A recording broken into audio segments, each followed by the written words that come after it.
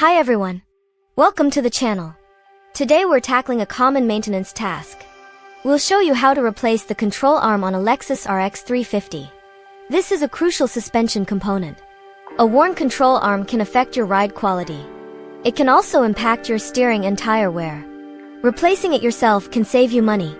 Let's get started. First, safety is paramount. Always use jack stands. Never work under a car supported only by a jack. Wear safety glasses.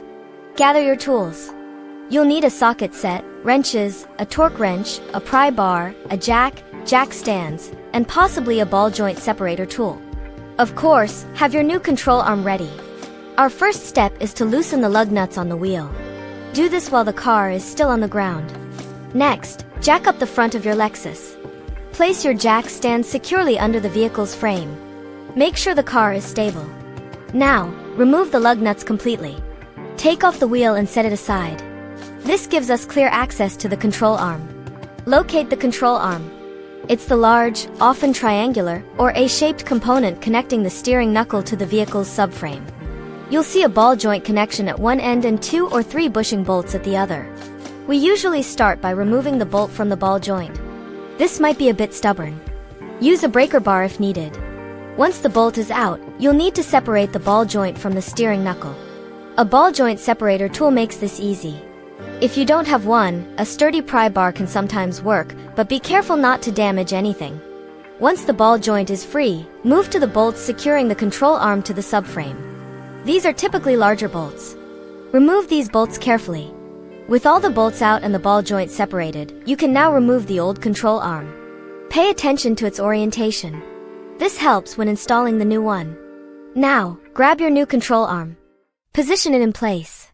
We'll start by loosely installing the subframe bolts. Do not tighten them fully yet. This is very important for the longevity of the bushings.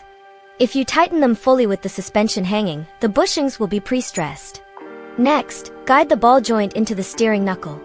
Insert its bolt. Tighten this ball joint bolt to the manufacturer's specifications. This is a critical step. Once the ball joint is secure, it's time to torque the subframe bolts. For proper bushing life, it's best to do this with the vehicle's weight on the suspension.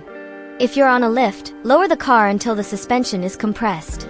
If you're using jack stands, you can carefully lower the vehicle onto ramps or blocks until the suspension is loaded, then access and torque the bolts. Torque these subframe bolts to the manufacturer's specified values. Double-check all bolts for tightness. Every connection must be secure. Reinstall the wheel. Hand tighten the lug nuts. Lower the car completely to the ground. Then, torque the lug nuts to the correct specification. Finally, take your Lexus for a test drive. Listen for any unusual noises. Check your steering feel. After replacing control arms, it is highly recommended to get a professional wheel alignment. This ensures proper handling and prevents uneven tire wear. That's how you replace a control arm on your Lexus RX350. It's a job you can do at home with the right tools and a bit of patience. We hope this video was helpful and easy to follow. If you found this guide useful, please give it a thumbs up. Don't forget to subscribe to our channel for more DIY car repair videos and maintenance tips. We appreciate your support.